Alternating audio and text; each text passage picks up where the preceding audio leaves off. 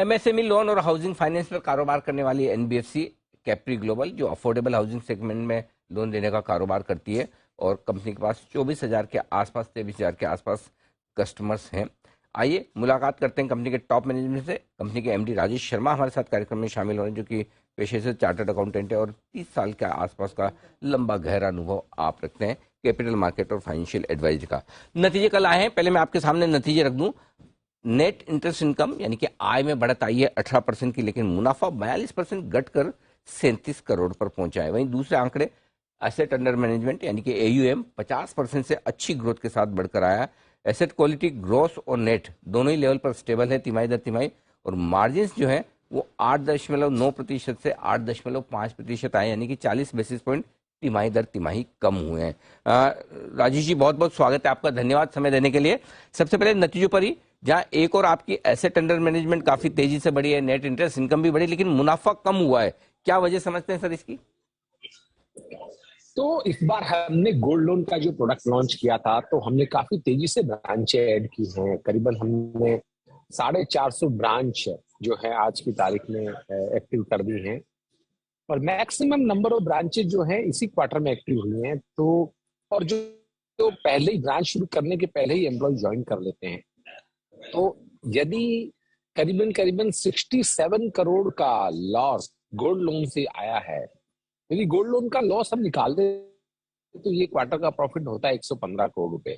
तो उसके चलते ये जो है, आज तक हमने करीबन 98 करोड़ का लॉस लिया है गोल्ड लोन में, तो इस क्वार्टर में सबसे ज्यादा लॉस बुकाया है।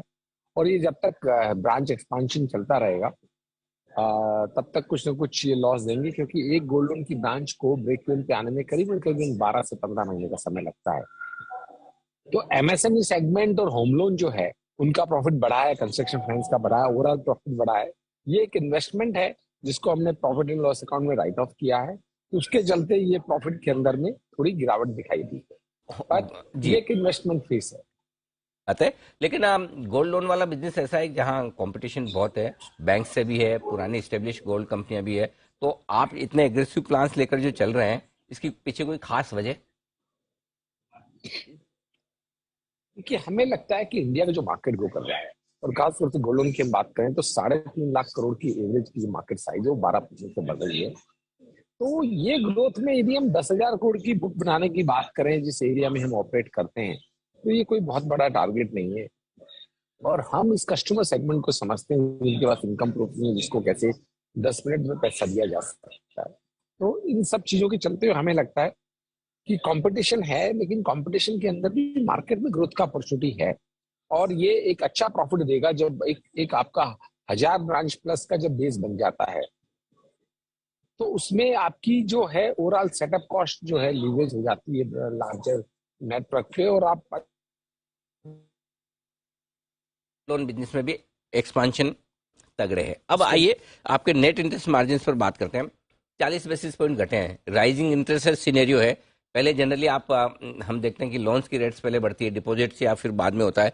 ये बताएं मार्जिन किस तरह की उम्मीद की जाए, कहां आप स्टेबल होते हुए देख रहे हैं?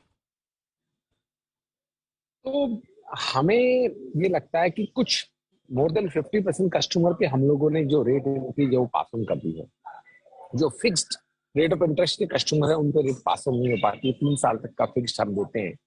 तो ये हमें 40 बेसिस का जो है, अब जो नई बिजनेस बुक हो रही है वो इंक्रीज रेट पे हो रही है, तो हमें लगता है कि बाई अनदर 6 मंथ में जो मार्जिन वापस पुराने लेवल पे आ जाएगा। और इन्हीं लोनों में जब रेट घटती है तो फिक्स होने के कारण उन्हें फायदा भी होता है, तो ओवरऑल लॉन्ग टर्म पे साइकिल जो है अपने आप इस चीज को करेक्ट कर लेती है, तो कोई बहुत ज्यादा नुकसान होता नहीं है इसमें। और नए के सारे लोन जो हैं वो एक हमारे टारगेटेड स्प्रेड पे ही बुक हो रहे हैं पूरे सेगमेंट में, चाहे एमएसएमई हो, होम लोन हो, चाहे गोल्ड लोन हो।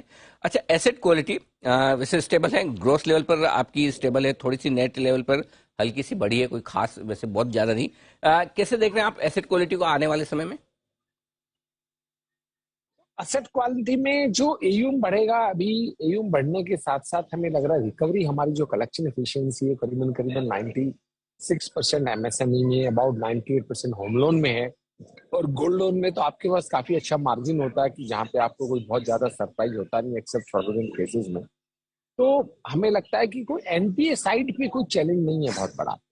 इकोनॉमी, रूरल इकोनॉमी बहुत अच्छा कर रही है, और इन सब चीजों के करते हुए और ग्रोथ आप देखिए, हमारा एयूएम इस बार करीबन करीबन 50% से ग्रो हुआ है। पिछले सेम क्वार्टर लास्ट ईयर का हम देखें तो लास्ट ईयर था 5774 और अभी हमने क्लोज किया 8602 पे, तो 50% की ग्रोथ आई है। हमने गाइडेंस दी थी 27% ग्रोथ की, तो नंबर काफी अच्छे दिखाई दे रहे हैं। ब्रांच एक्सपांशन काफी हो रहा है।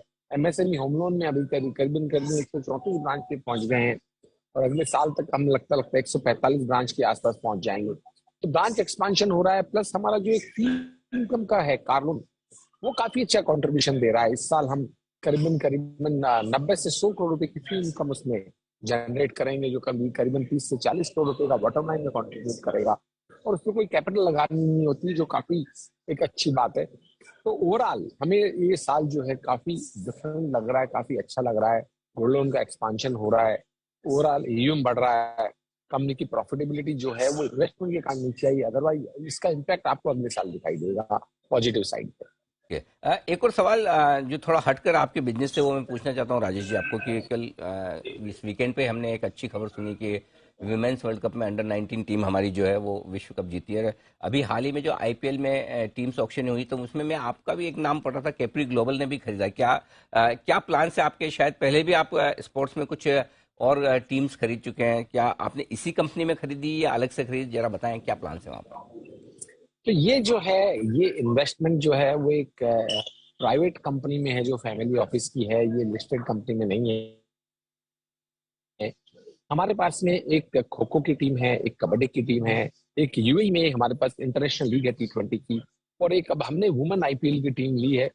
हमें लगता है कि जो भी स्पोर्ट्स रूरल इकोनॉमी से जुड़ा हुआ हो, जहाँ पे हो, तो उसका एक हमारे कंज्यूमर ब्रांड बिल्डिंग में काफी हमें मदद मिलेगी। इसके अलावा आई थिंक वुमेन आईपीएल बहुत ही एक अपने आप में एक नई शुरुआत है क्रिकेट में, जहाँ पे वुमेन को फोकस दिया जा रहा है। आप देखिए बीसीसीआई ने पिछली बार इसको फोकस करते हुए इक्वल पे किया था। तो ये वुमेन एम्पावरमेंट में जो वुमेन पे फोकस है, जहाँ पे वो एक कंट्रीब्यूट करती है हमारी सोसाइटी में, एक नया चैप्टर है। हम इसके साथ जुड़ना चाहते थे। एक आपने कहा कि बहुत बड़ा इवेंट हुआ है, अंडर 19 में हमने वर्ल्ड कप जीता है।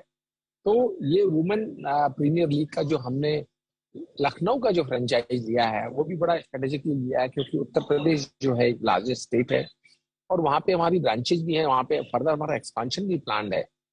और ये वुमेन जो है उसके एक अलग जो है स्पॉन्सरशिप, एक अलग उसकी डिमांड भी है। तो हमें लगता है कि वुमेन स्पोर्ट्स को आगे बढ़ाने के लिए हम जो भी कर पाएंगे हम इसमें करेंगे। हम इसके अंदर में एकेडमी वगैरह पे भी फोकस करेंगे, कैसे उनको ग्रोथ किया जाए। ओवरऑल हम काफी एक्साइटेड है इस वुमेन प्रीमियर लीग को। पहला टूर्नामेंट जो है मार्च में होने की उम्मीद है, और मैं चाहूंगा कि सभी लोग उसको टीवी पे देखें, स्टेडियम में आके देखें, चीयर अप करें हमारी जो है वुमेन ऑफ द कंट्री है, उनको आगे बढ़ाने के लिए। बिल्कुल। और एक अच्छी बात आपने की, जो मैंने जो आपने सब खेलों के पीछे आपने पर्पस बताया। एक हमारे देश के जुड़े हुए खेल, खो खो कबड्डी जैसे, और दूसरा महिलाओं से जुड़े हुए खेलों को बढ़ावा देने के लिए आप ये कर रहे हैं। इसके लिए बहुत बहुत आपको बधाई, धन्यवाद, कॉम्प्लीमेंट्स भी। राजेश जी बहुत बहुत शुक्रिया आपका समय देने के लिए, और आपके ये जो से स्पोर्ट्स एडवेंचर हैं उनके लिए भी आपको बहुत बहुत शुभकामनाएं, और आने वाली तिमाही के लिए भी शुभकामनाएं। धन्यवाद सर, आज नतीजे पर हमसे विस्तार से बात करें। ओके।